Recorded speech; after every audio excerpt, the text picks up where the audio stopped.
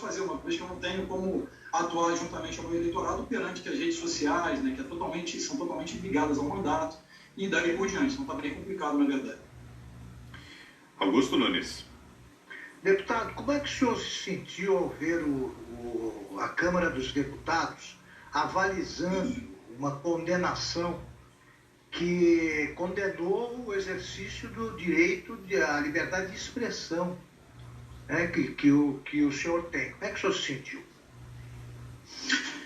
Olha, Augusto, boa noite. Olha, primeiro, eu me senti muito mal pelo seguinte, porque o artigo 53 da Constituição, ele é uma letra de lei expressa, tá? Ele não abre margem para interpretação alguma, seja de deputados, seja de senadores, principalmente daqueles que são os chamados guardiões da Constituição, né, que são os ministros do STF. O Constituinte originário ele foi perfeito porque ele pensou em uma imunidade material de forma a se perpetuar no tempo sem nenhum tipo de intermédio de ideologias políticas, seja de esquerda, seja de direita, qualquer um que, por mais absurdo que seja a sua fala, por mais reprovável que seja, o parlamentar tem esse direito de defender a ideia daqueles que o elegeram, no caso, os elegeram. Então, quando eu fui interpelado pela imprensa, o que eu achava daquela prisão, eu falei, não, vai ser revogado, porque não existe crime, tampouco existe a legalidade dentro dessa prisão. Exatamente. Então, foi muito enfático dizer, né, o texto constitucional do artigo 53, né, ele ainda é robustecido pela emenda constitucional 35 de 2001, que eu sempre deixo muito claro, a imunidade material ela não é só ampla, ela é plena, e não abria, né? Inclusive tem deputados que disseram, inclusive em entrevistas, em redes sociais também, que a prisão é ilegal, mas ainda assim decidiram manter. Quer dizer, foi um desencontro total daquilo que a nossa lei maior, o nosso pergaminho maior diz, né? E só para deixar claro, eu nem cumpro ainda a sentença, porque eu não sou réu, não fui réu de nada. Uma prisão em flagrante que se perpetuou durante 28 dias, que não foi transformada na audiência de custódia, na preventiva, ou no relaxamento, ou em medida cautelar, e foi decretada nova prisão, que é a domiciliar de ofício, né? Citada inclusive ali um aluno de primeiro período do direito, ele veria ali como que foi bem inócua a decisão, porque menciona o artigo 282 e também o 319 do CPP, que trata das medidas cautelares, mas quando enumera essas medidas cautelares, está lá, prisão domiciliar, que é tratado no artigo 317 do CPP. Então, nada faz sentido desde o início até agora, inclusive até mesmo no inquérito 4781, o qual foi inserido com os deputados e também outros brasileiros, como Oswaldo Eustáquio, dentre outros, que foram tendo seus direitos tolhidos, e também o 4828, que nasceu de ofício, inclusive com a PGR determinando a investigação. Então, desde lá de trás, nada faz sentido e nada está dentro da legalidade. Então, me senti muito mal hoje. Mais uma pergunta agora, Guilherme Fiuza. Diga, Fiuza. Deputado, boa noite. Nós conversamos hoje no dia em que o Supremo Tribunal Federal, na verdade, nesse momento, né, está votando para considerar o ex-juiz Sérgio Moro suspeito no processo que condenou o ex-presidente Lula. Isso certamente é uma decisão que afronta a maior operação de justiça da história do país contra o crime e, evidentemente, que a população, a opinião pública e muitos juristas, jurisconsultos, né, estão vendo com perplexidade certas decisões do STF, como essa, que nós estamos nesse momento assistindo, e outra muito recente, do ministro Luiz Edson Fachin, também monocrática, anulando julgamentos sobre Luiz Inácio da Silva por considerar a posteriori, a partir de um embargo de declaração, a 13ª Vara de Curitiba um foro inapropriado. A pergunta é, o senhor, naquele famigerado vídeo, manifestou uma revolta, né? O senhor manifestou uma revolta quase como um popular, né, com xingamentos, etc. Evidentemente que é consenso quase, ou pelo menos é ponto pacífico para muita gente, que o STF tem tido ações revoltantes. O senhor se arrepende da forma como o senhor reagiu? O senhor se sentia vocalizando essa indignação da opinião pública, mas o senhor hoje acha que deveria ter se expressado de outra forma? Guilherme, olha, primeiro, boa noite. O que acontece? Primeiro, por que depois de 5, 7 anos eles decidiram agora tomar a decisão de declarar suspeito ou não? Depois de tanto tempo, uma operação tão grandiosa e com tantas pessoas sendo envolvidas, né? Isso tudo começa lá atrás, né, com o Odebrecht, umas citações que foram um tanto esperadas, né? E dali partiu então a primeira censura, né? Quando saiu uma reportagem em uma revista, então depois nasce de ofício um inquérito, depois outro inquérito, para que venha a começar um processo muito imoral e ilegal e inconstitucional. Então aí agora decidiram votar pela suspeição, depois de tanto tempo. Segundo, qual é a legitimidade hoje, né, da Suprema Corte para declarar a suspeição de alguém, se eles são incapazes de declarar a própria suspeição? Né, nesse caso que envolve a mim e outras pessoas, né, que também não tem... Eu tenho a prerrogativa do foro, mas algumas pessoas que foram presas por ordem do ministro Alexandre de Moraes, eles não têm essa prerrogativa, eles não deveriam nem ser investigados por ele, que não deveriam ser investigados mesmo, porque ele não detém, ele não é detentor da ação penal, né, como consagra a nossa Constituição de 88, né, e daí vieram eivadas ilegalidades. Então, realmente, eu não acho, eu exagerei sim nas palavras, com certeza, mas num momento passional, mas eu mantenho a minha opinião formada de que eu acho que a Suprema Corte tem que ser formada por ministros com tempo de mandato, não com vitalicidade. Defendo, sim, que eles devem ser... A alternância de poder é muito importante, que acontece hoje em qualquer país avançado que você for acompanhar. Nenhuma audiência é filmada, não existe esses tribunais espetaculosos, eles simplesmente julgam com imparcialidade e pronto, a sentença é dada. Agora não, quando você vê, por exemplo, no meu caso, quando você acompanha um julgamento na Suprema Corte, são julgamentos longos, né, com a linguagem rebuscada, técnica, né, com grandes relatórios. Tudo para salvar bandido. Uma prisão inconstitucional eivada de ilegalidades desde o princípio até agora, foi um estalar de dedos, um insight que eles não poderiam, de maneira alguma, entrar na vergonhosa discussão de juridicidade ou não, porque não tinha como manter. Eu creio que vários ministros ali se sentiram envergonhados porque acabaram emprestando o seu endosso. Vários hoje discordam dessa prisão, evidentemente, porque, primeiro, que são juristas, todos os que lá estão são juristas.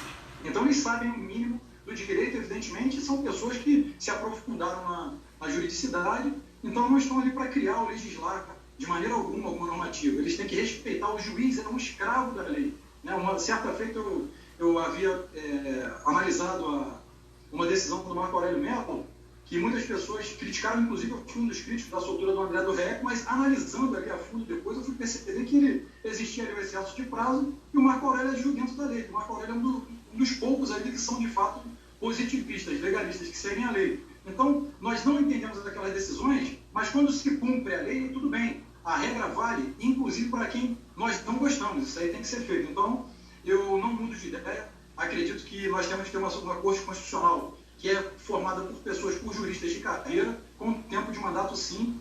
E, claro, nas palavras exagerei, sim, pedir desculpas ao povo brasileiro, mas continuo mantendo a mesma tese. Eu acho que a Corte Constitucional tem que ter tempo de mandato. Não pode deixar que as pessoas se envaideçam pelo poder, pela vitalicidade nesse caso. É muito poder na mão de uma pessoa que infelizmente, pode ficar fraca, né, doutrinada ao poder e, por essa vaidade, acabar não respeitando as leis, como tem acontecido. José Maria Trindade, sua pergunta, Zé? Salve, deputado. Olha, é inevitável, deputado, fazer a comparação hoje dessa decisão da segunda turma, né, cancelando, anulando, dando como parcial a decisão do juiz Sérgio Moro e libertando o Lula e o senhor, do outro lado, preso. O senhor se sente, como é que o senhor faz essa avaliação e essa comparação com o ex-presidente Lula?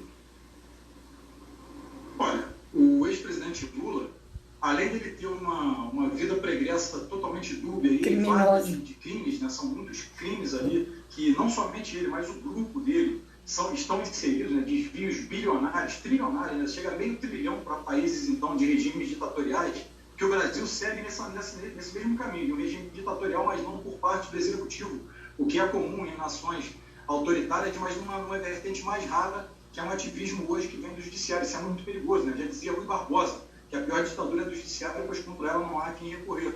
Então, quando eu vejo que um multicriminoso é liberado, né, depois de tantos anos, para transformar um inquérito grande, né, com todo o Ministério Público em cima, ali, investigando agentes e operações muito bem fundadas, com muitas provas robustas, sendo solto, e um parlamentar, enquanto parlamentar, detentor, né, da imunidade material, em defesa das ideias populares, ser preso por falar, eu posso afirmar categoricamente que nós estamos entrando, sim, em um estado de exceção. Então, eu não sinto vergonha, porque eu sei que fui preso por uma arbitrariedade e uma vaidade, não pela legalidade ou por ter cometido nenhum crime. Inclusive, a Lei 7.070, né, que lá de 83, do finalzinho do regime militar, ela totalmente é expurgada, traz repulsa para esses que querem aplicá-la hoje, mas usam ela de uma maneira seletiva. Olha, agora me atende, agora não me atende, essa lei é ditatorial. Eles mesmos hoje discutem a constitucionalidade dela. Então,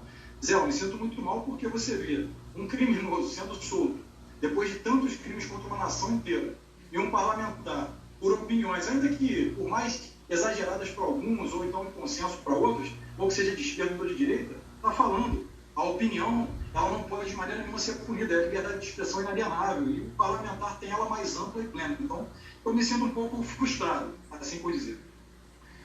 Agora a pergunta de Ana Paula Henkel. Você, Ana? Boa noite, deputado. Nós vimos aí durante a votação ali na Câmara para manter a sua prisão ou não, o voto de 364 deputados votando aí a favor da manutenção. Alguns, dentre esses 364, o senhor se surpreendeu com algum nome dentre desses 364? O senhor tentou entender, e se sim, se o senhor tentou conversar, entender por que votaram da maneira como votaram? Olha, Ana, boa noite. Na verdade, eu entendo o porquê. Sei que a maioria desses 364 eles votaram constrangidos e muito contrários ao que eles queriam de fato. Só que é uma prisão política, ela está muito clara, ela não trata da juridicidade mais. Como eu disse, eu desafio qualquer jurista do Brasil a tentar um caminho jurista do Brasil a me apresentar um caminho jurídico para que essa prisão fosse concretizada. Em qualquer faculdade que um aluno de primeiro período de direito contar esse cenário todo para um professor, ele falar, isso é impossível de acontecer. Não, mas aconteceu. O professor vai dizer, não aconteceu, isso é impossível de acontecer. Porque realmente é impossível. Então, eu não me surpreendi porque eu sabia que se trataria de uma prisão política quando passaram as 24 horas constitucionais para que fosse apreciado pela casa, eu percebi que tinha algo de errado, então eu já esperava que talvez fosse mantido. Eu não sei o porquê que levou a essa decisão, quais são os motivos que levaram a essa decisão, mas eu aceitei ali e falei, bom, daqui para frente o direito posto ele foi varrido do continente aqui do país, do Brasil, e agora nós estamos à mercê de uma legislação nova, que nasce de uma mente fértil e que quiser falar, olha, eu entendo dessa maneira, é assim que se aplica a todos. Né? Você vê que essa própria prisão domiciliar aqui ela é mais um erro grotesco. E você vendo o inquérito 4781, 4828, em que um acordo eles têm lá a decisão de tornar todo o território nacional extensão do STF para poder fazer desse inquérito uma draga de qualquer crítico. Né? É como o próprio ministro Alexandre de Moraes disse e deixou claro, não quer se lançar à vida pública, não quer ser achincalhado, criticado, não se lance à vida pública. Né? O próprio livro de direito constitucional dele, que inclusive tem uma linguagem muito técnica, muito precisa, diferente daquela oratória que nós estamos acostumados a ouvir em plenário. Então é muito complicado que você entre nesse tipo de seara para discutir a prisão jurídica ou política. Então, eu não me surpreendi, Ana, por conta dessa decisão, mas eu já sei que é uma prisão política. Então, nada que eu apresente juridicamente vai surtir algum efeito. É muito mais político que jurídico. É isso. Deputado, peço que o senhor aguarde um instantinho. A gente faz agora um rápido intervalo comercial. Em instantes, retomaremos aqui a nossa conversa. Para você que chega agora, estamos recebendo o deputado federal Daniel Silveira, entrevista exclusiva grande ao vivo homem, aqui grande em parlamentar. Os Pingos nos Is. O deputado Parabéns, que está deputado. cumprindo prisão domiciliar, conversando conosco aqui nesta terça-feira em Os Pingos nos Is. Rápido intervalo comercial. Em instantes voltaremos. Agora são 7h09.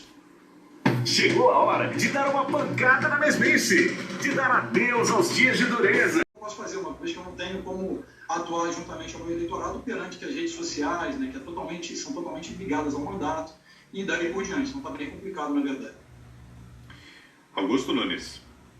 Deputado, como é que o senhor se sentiu ao ver a Câmara dos Deputados avalizando uma condenação que condenou o exercício do direito à liberdade de expressão, né, que o senhor tem? Como é que o senhor se sentiu?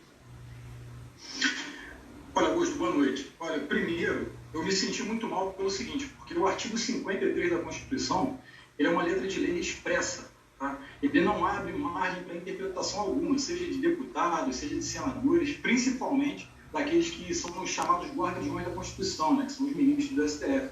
O Constituinte originário ele foi perfeito porque ele pensou em uma imunidade material de forma a se perpetuar no tempo sem nenhum tipo de intermédio de ideologias políticas, seja de esquerda, seja de direita, qualquer um que, por mais absurdo que seja a sua fala, por mais reprovável que seja, o parlamentar tem esse direito de defender a ideia daqueles que o elegeram, no caso, os elegeram. Então, quando eu fui interpelado pela imprensa, o que eu achava daquela prisão, eu falei, não, vai ser revogado, porque não existe crime, tampouco existe a legalidade dentro dessa prisão. Exatamente. Então, foi muito enfático dizer, né, o texto constitucional do artigo 53, né, ele ainda é robustecido pela emenda constitucional 35 de 2001, que eu sempre deixo muito claro, a imunidade material é uma mais só ampla, ela é plena, e não abria, né? Inclusive tem deputados que disseram, inclusive em entrevistas, em redes sociais também, que a prisão é ilegal, mas ainda assim decidiram manter. Quer dizer, foi um desencontro total daquilo que a nossa lei maior, o nosso pergaminho maior diz, né? E só para deixar claro, eu nem cumpro ainda a sentença, porque eu não sou réu, não fui réu de nada. Uma prisão em flagrante que se perpetuou durante 28 dias, que não foi transformada na audiência de custódia, na preventiva, ou no relaxamento, ou em medida cautelar, e foi decretada nova prisão, que é a domiciliar de ofício, né? Citada, inclusive, ali um aluno de primeiro período do direito, ele veria ali como que foi bem inócua a decisão, porque menciona o artigo 282 e também o 319 do CPP, que trata das medidas cautelares, mas quando enumera essas medidas cautelares, está lá, prisão domiciliar, que é tratado no artigo 317 do CPP. Então, nada faz sentido desde o início até agora, inclusive até mesmo no inquérito 4781, o qual foi inserido com os deputados e também outros brasileiros, como Oswaldo Eustáquio, dentre outros que foram tendo seus direitos tolhidos, e também o 4828, que nasceu de ofício, inclusive com a PGR determinando a investigação. Então, desde lá de trás, nada faz sentido e nada está dentro da legalidade. Então, me senti muito mal hoje. Mais uma pergunta agora, Guilherme Fiuza. Diga, Fiuza.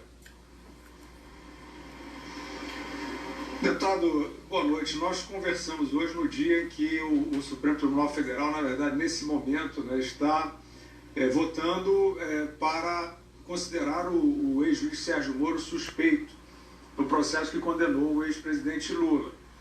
Isso certamente é uma decisão que afronta a maior operação de justiça da história do país contra o crime e, evidentemente, que a população, a opinião pública e muitos juristas, jurisconsultos, né, estão vendo com perplexidade certas decisões do STF, como essa, que nós estamos nesse momento assistindo, e outra muito recente, do ministro Luiz Edson Fachin, também monocrática, anulando julgamentos sobre Luiz Inácio da Silva por considerar a posteriori, a partir de um embargo de declaração, a 13ª Vara de Curitiba um foro inapropriado. A pergunta é, o senhor, naquele famigerado vídeo, manifestou uma revolta, né? O senhor manifestou uma revolta quase como um popular, né, com xingamentos, etc. Evidentemente que é consenso quase, ou pelo menos é ponto pacífico para muita gente, que o STF tem tido ações revoltantes. O senhor se arrepende da forma como o senhor reagiu? O senhor se sentia vocalizando essa indignação da opinião pública, mas o senhor hoje acha que deveria ter se expressado de outra forma? Guilherme, olha, primeiro, boa noite.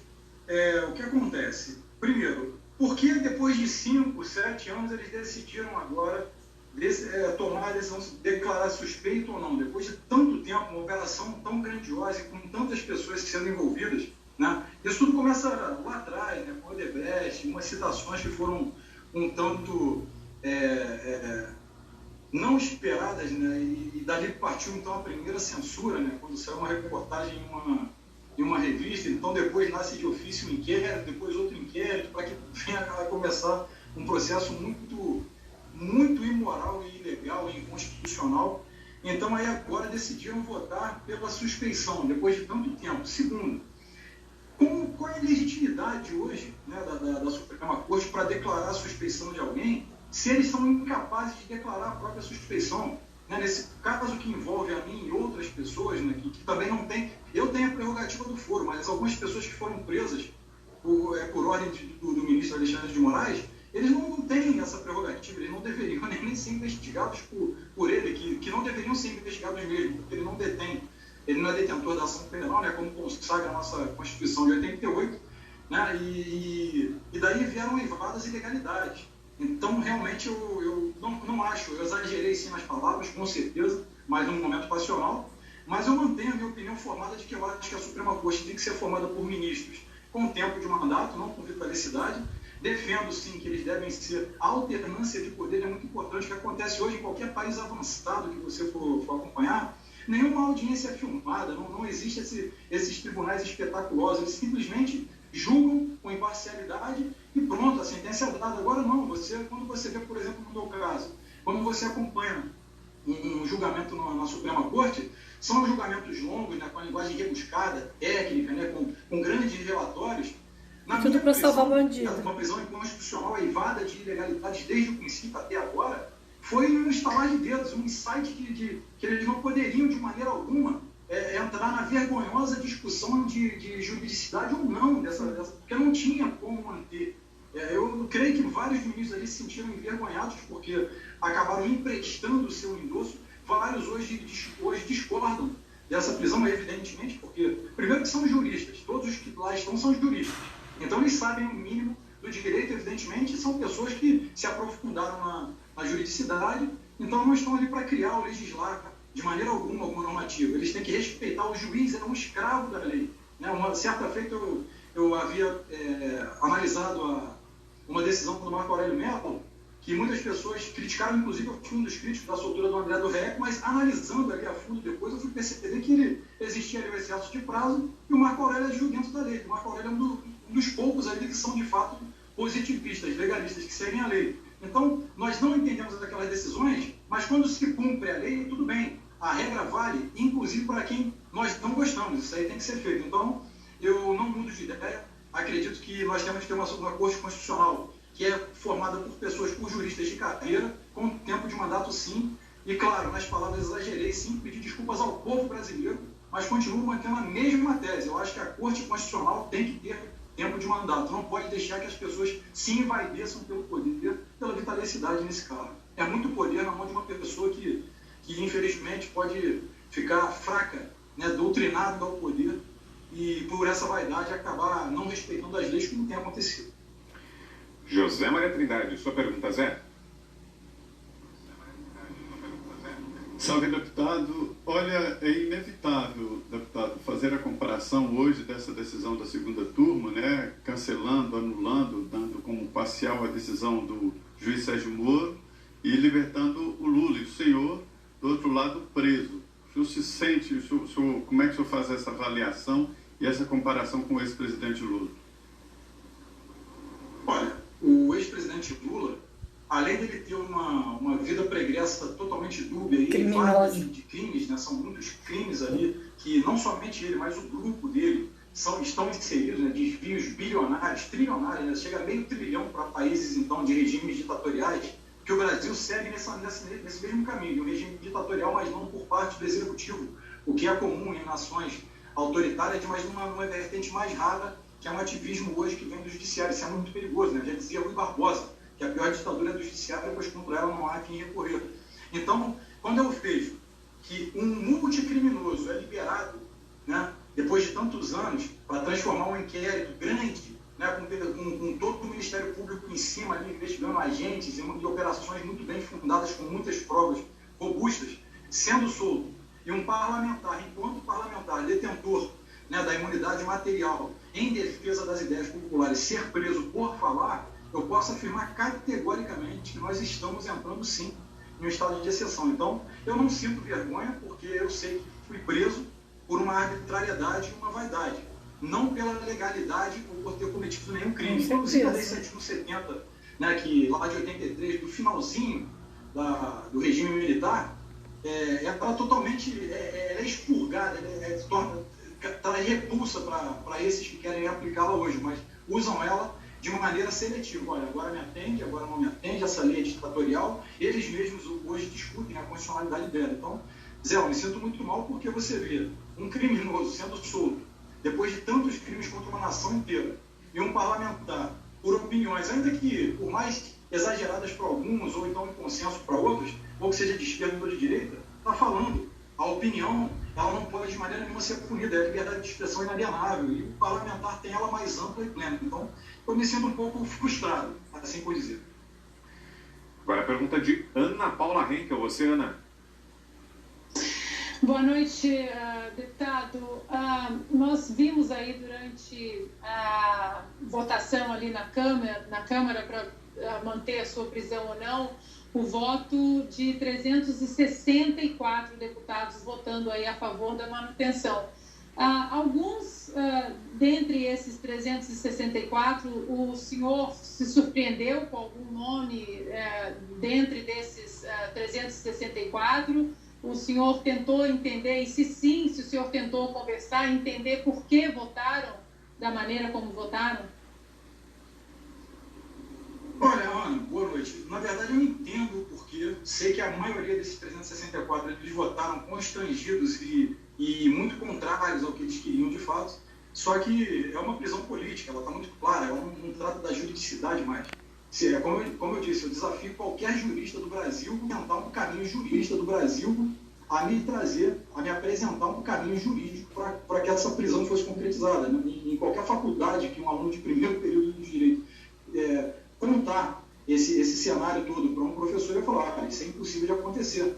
Não, mas aconteceu. O professor vai dizer, não aconteceu, isso é impossível de acontecer. Porque realmente é impossível. Então, eu não me surpreendi porque eu sabia que se trataria de uma prisão política quando passaram as 24 horas constitucionais para que fosse apreciado pela casa, eu percebi que tinha algo de errado, então eu já esperava que talvez fosse mantido.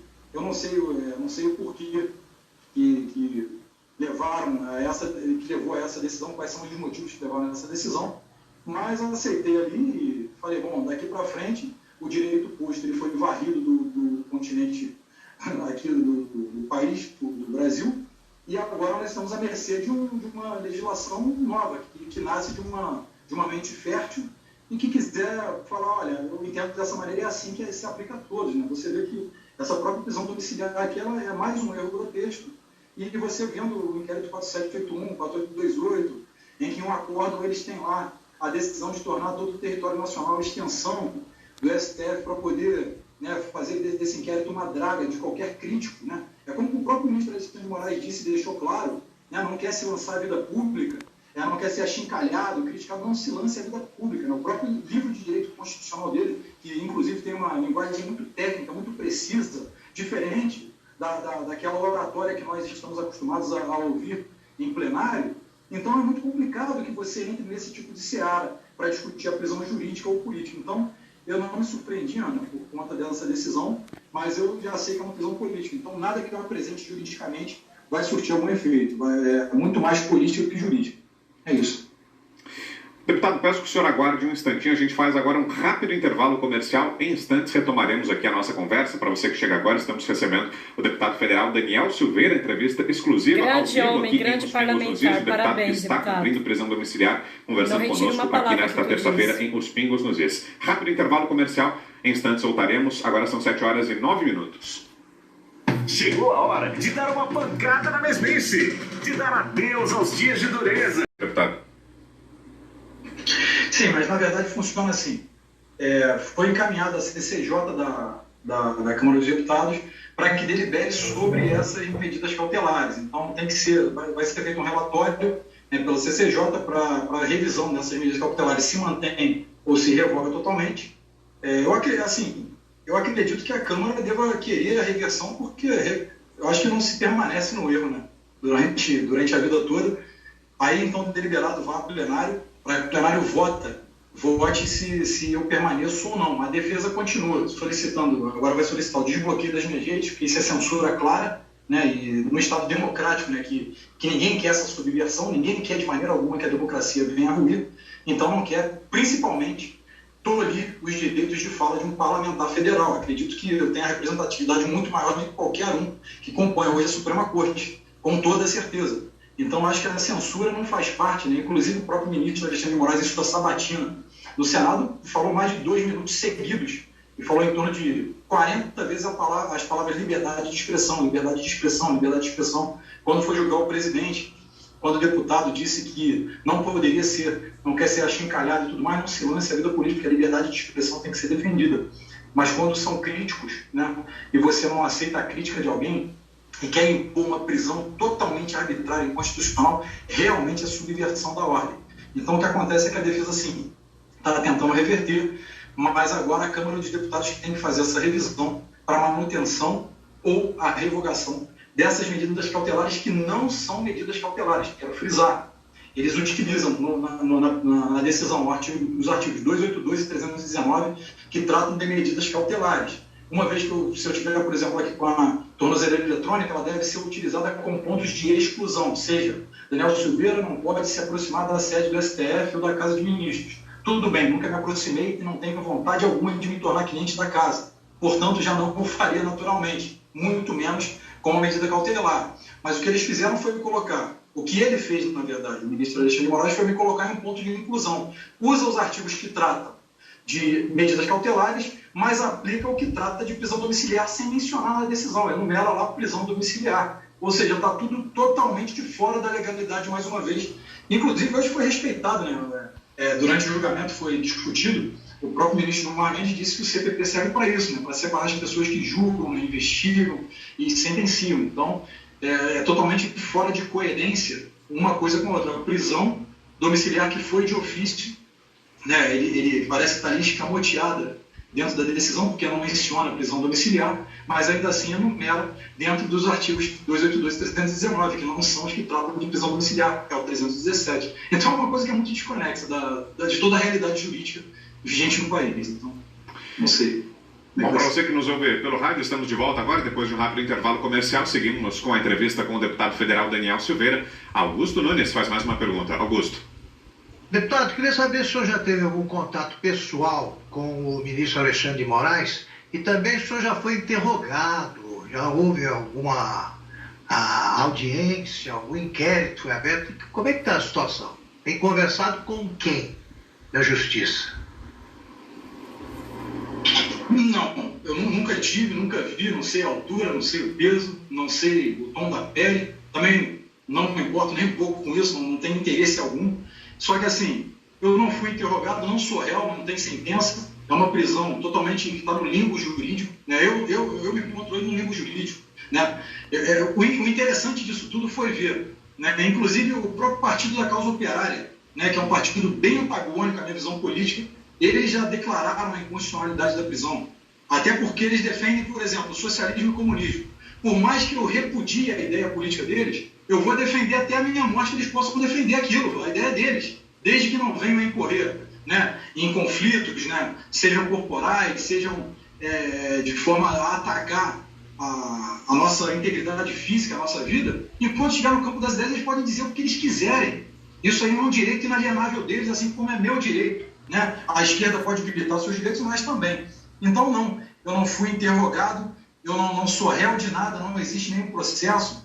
Ainda vai ter a denúncia, né? A PGR, por exemplo, a Procuradoria-Geral da República, em momento algum falou em prisão, mencionou medidas cautelares, mas em nenhum momento falou em prisão, até porque não se aplicaria de maneira alguma, mas ainda assim foi ignorada. Né? Assim como também a procuradora à época, Raquel Dodge, quando determinou o arquivamento do 4781 e 4828, dizendo que era eivado de inconstitucionalidade, não poderia nascer daquela maneira, também ignorou e continuou seguindo. Então, nada mais faz sentido no ordenamento jurídico do Brasil hoje. Então, realmente, eu estou aguardando o que vai acontecer, porque juridicamente não existem caminhos.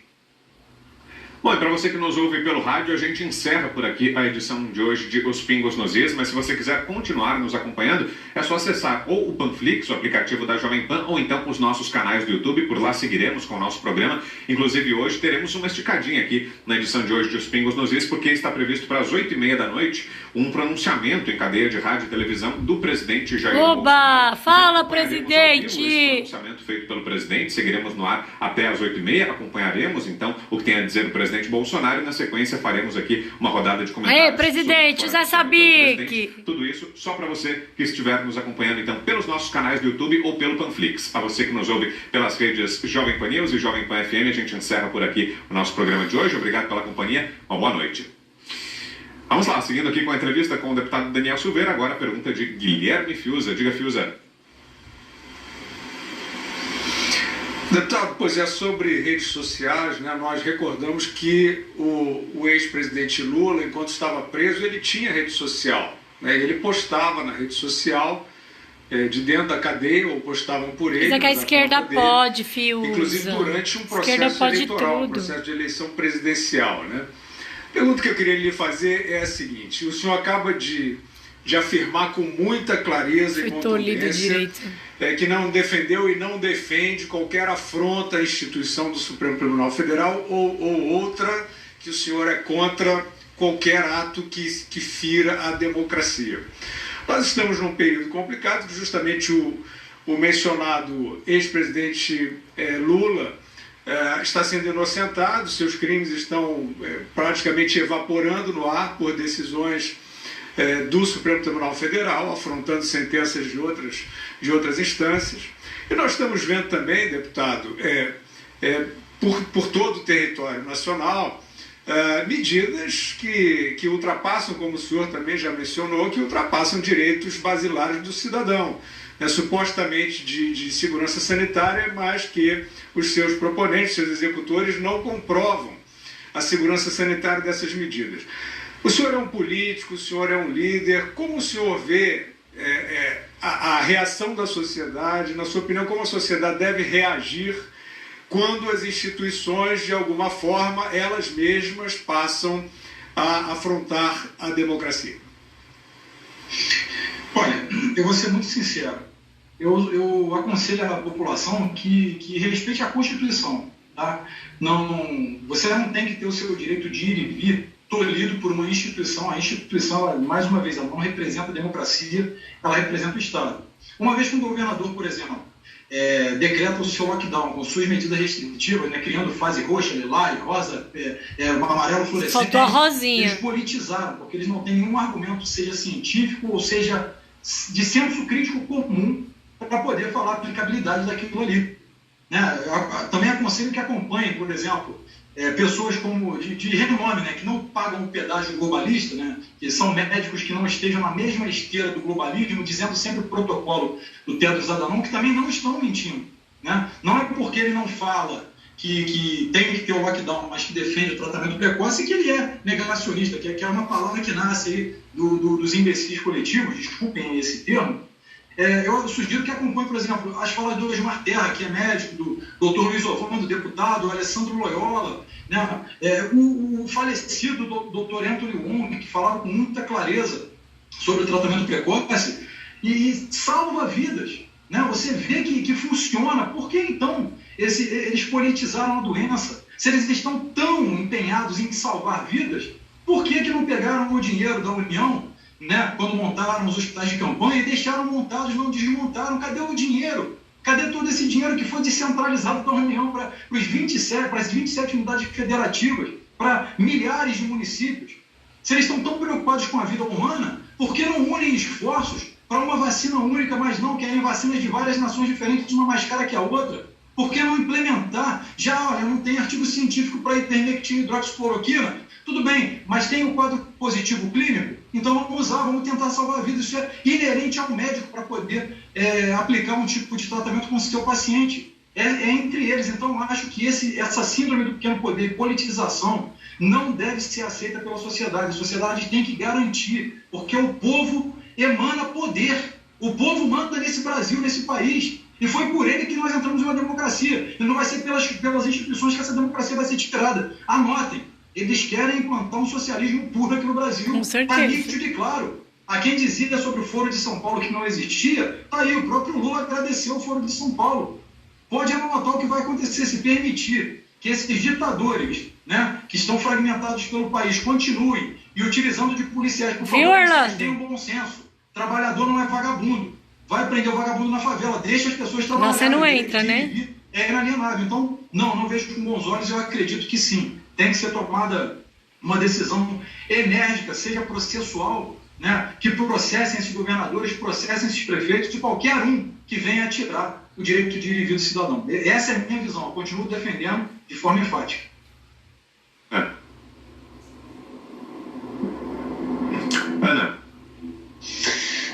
Deputado, nós vimos semana passada uma iniciativa do jornalista Caio Coppola, que conseguiu reunir mais de 2 milhões de assinaturas em um pouco mais de 24 horas para o impeachment do ministro Alexandre de Moraes, entregou ao senador Cajuru, que foi até entrevistado pelo Augusto Nunes semana passada, no Direto ao Ponto. Eu queria saber do senhor o que o senhor acha disso e ali convivendo com deputados e senadores no Congresso, agora, obviamente, né, bem menos, se o senhor acha que é uma possibilidade plausível esse pedido vingar no Senado e se a população pode ter alguma esperança, já que esse ministro, nós temos visto que ele vem atropelando aí a Constituição quase que semanalmente, né? Sim. Olha, o pedido do Caio Coppola é um pedido muito corajoso, juntamente com a petição do senador Cajuru pelo impeachment do ministro Alexandre de Moraes. O ministro ele não honra a cadeira da Suprema Corte, ele não merecia ocupar essa cadeira. Isso eu falo categoricamente. Eu já até eu desafiei para debater ao vivo, sem os assessores e sem os papéis e relatórios de Ctrl-C, Ctrl-V que eles detêm, para que nós possamos discutir a hermenêutica jurídica. Não vai conseguir, filho, fala muito errado. Tudo isso ele nem entende de jurisprudência. Não possa ser concretizado, mas a iniciativa demonstra que mais de 1% da população brasileira está insatisfeita. E não tem mais por conta do alcance, evidentemente. Eles ficam tolhindo o alcance desse tipo de petição pública, mas é muito relevante. Hoje são 3 milhões de assinaturas. O senador Cajuru, ele embasa dentro da lei 1079 de 50, que é a lei de impeachment, que lá, pesquisem, 1079 de 50, lei de impeachment, artigo 6, incisos 2 e 3. O ministro claramente insurge ali naquela lei, ele mergulha, na verdade, nessa lei de impeachment, impedindo, coagindo um parlamentar federal de exercer suas funções. Ele está ali claramente tipificado e, sim, ele tem que ser impeachmentado e conclama aqui a todas as pessoas que cobrem, pressionem os senadores para que, para mim, é determinante, na verdade, que tenhamos uma Suprema Corte. A Suprema Corte é uma instituição muito importante para o país, mas ela tem que ser dominada por juristas, né, que sejam, de fato, além de consagrados e respeitados, respeitem as nossas leis. Nós podemos ter as melhores leis do mundo, mas se tivermos os piores juízes, elas de nada adiantarão. Então, conclamo que vocês assinem para que seja levado à frente esse pedido de impeachment e que ele seja já assinei e compartilhei mais de uma vez. Uma cadeira que ocupa na Suprema Corte. Para fecharmos, mais uma pergunta de José Maria Trindade. Diga, Zé. Pois é, deputado, o senhor tem toda a razão. Inclusive, a Constituição diz que o Congresso é obrigado a exercer o seu direito, as suas prerrogativas e defendê-las, né? Mas só para que o senhor tenha a oportunidade de se defender e explicar melhor, me informaram, não tive acesso, me informaram que esse processo aí, chamado de fake news, ele é recheado de dados problemáticos. Primeiro, assim, o submundo da internet, financiadores, o senhor é acusado de ser um dos financiadores de grupos que lidam na internet, ameaças à família de ministros, divulgação de telefones de ministros, explosão de bombas em jardins e casas de ministros. Nossa. O senhor tem conhecimento desse processo? Está no meio desse processo. É isso mesmo? Tem essa profundidade toda? Zé Maria Trindade até ri. Documentos ali que mostram isso? É assim mesmo? Olha, porque está sob sigilo, né? A Alemanha nazista utilizava disso, né? De instrumentos ultra sigilosos e secretos para poder tolir o direito de pessoas e até exterminar cidadãos. Eita. Isso foi muito utilizado, né? Hoje, se eu pudesse expor aqui o processo, e não faria, porque está sob sigilo, aí sim correria talvez um crime, mas qualquer um que leia aquele inquérito, a vontade é de gargalhar imediatamente, porque não existe absolutamente nada, para que se possa incriminar alguém. Quando eu digo nada, é realmente nada. Quando eu folhei, vi, tive acesso, eu falei, o que é isso aqui? Sabe, eu não vou divulgar o teor aqui, nem vou, mas é um absurdo tão... Que é isso? Que realmente, por isso, Daniel talvez Silveira. seja sob sigilo, porque seria expor demais ao ridículo todo o direito posto no Brasil, uma vez que aquilo ali, todo o inquérito, todo detentor da ação penal iria gargalhar mediante aquilo. Não existe nada de materialidade de objeto para incriminar alguém. São coisas tão absurdas que realmente eu prefiro não adentrar. Mas o inquérito ele nasce de uma forma muito amadora, na verdade, e estão utilizando disso como uma draga para poder capturar, depois do acórdão que foi feito, boi de piranha, né, Daniel? Aqui, sede do STF, né, uma vez que eles se baseiam em quê? Eu não vou me prolongar, não, eles se baseiam no regimento interno do STF, nos artigos 43 e 45, que determinam ali naquela exceção que o STF pode sim abrir inquéritos desde que haja algum tipo de ilícito na sede do STF. Ou seja, esse regimento interno do STF ele foi feito à luz da Constituição de 69 e que não dizia ali quem era o detentor da ação penal, que é o Ministério Público. Na Constituição de 88 já reza o detentor da ação penal. E os artigos 43 e 45, o próprio regimento interno também não foi absorvido pela Constituição de 88, ou seja, é totalmente inconstitucional. Mas eles fazem um acórdão para poder justificar esse tipo de inquérito ilegal que nasce eivado de ilegalidades e inconstitucionalidades para que todo o Brasil seja sede do STF.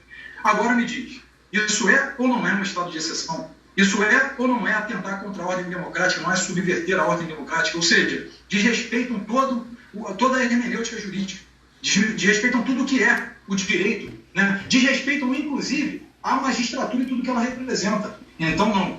O teor desse inquérito é de um nível absurdo, dantesco. É uma fenda entre a legalidade e a moralidade. Essa é a verdade. Então, o deputado federal Daniel Silveira, entrevista ao vivo, exclusiva aqui a Os Pingos nos Is. Deputado, mais uma vez, muito obrigado pela presença, por ter aceitado o nosso convite. Valeu, Daniel, tava com saudades, a gente via mais nas redes. Até uma próxima, deputado. Muito obrigado. Até mais, boa sorte. Vocês. Obrigado pelo carinho. Agora são 7h46. Vencendo o comparativo em todos os sentidos. O Tigo 8 é mais potente.